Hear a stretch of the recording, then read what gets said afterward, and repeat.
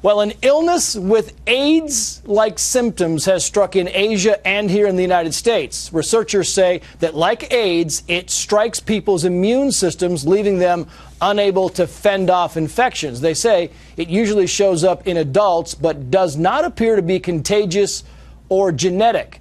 Joining us now is Dr. Philippa Cheetham from the Columbia University Medical Center. And Dr. Cheetham, you know, anytime you hear AIDS-like, I mean, people tend to freak out a little bit. Of course, I mean, that's understandable, but AIDS is a viral infection that affects the immune system.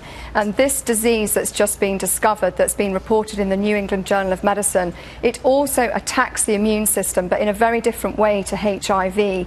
HIV attacks cells called T cells in the immune system. And this new disease has an effect on the immune system, but it's not a virus, it's not contagious. And in addition, it's acting on a molecule, a protective molecule called interferon gamma. And the way this new disease attacks the immune system is that the patient builds up a reaction, auto-antibodies that will attack this protective molecule that protects your immune system. So the presentation is the same. Patients will present with suppression of their immune system.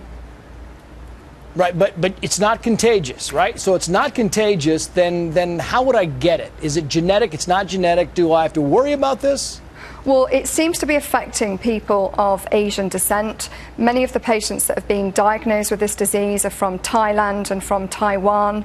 One of the problems is that we don't know that much about it at the moment. It appears that there is some trigger to the immune system, and then your body attacks this particular molecule. So it's not contagious, but you are at the effect of your immune suppression. So you get increased risk of bacterial infections, parasitic infections, fungal infections that can be life-threatening.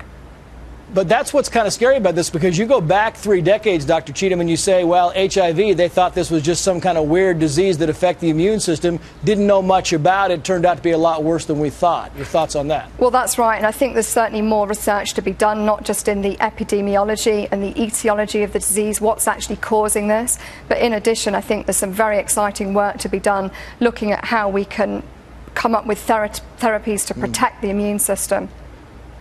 Yeah, very quickly, is the treatment appear to be working in this case? Well, the treatment is the effect of the disease. So they're treating the infections and they're not actually treating the auto-antibodies, and that's still to come. Yeah. Dr. Philippa Cheetham, thank you. Good to see you. It's a pleasure. Thanks a lot, Trace.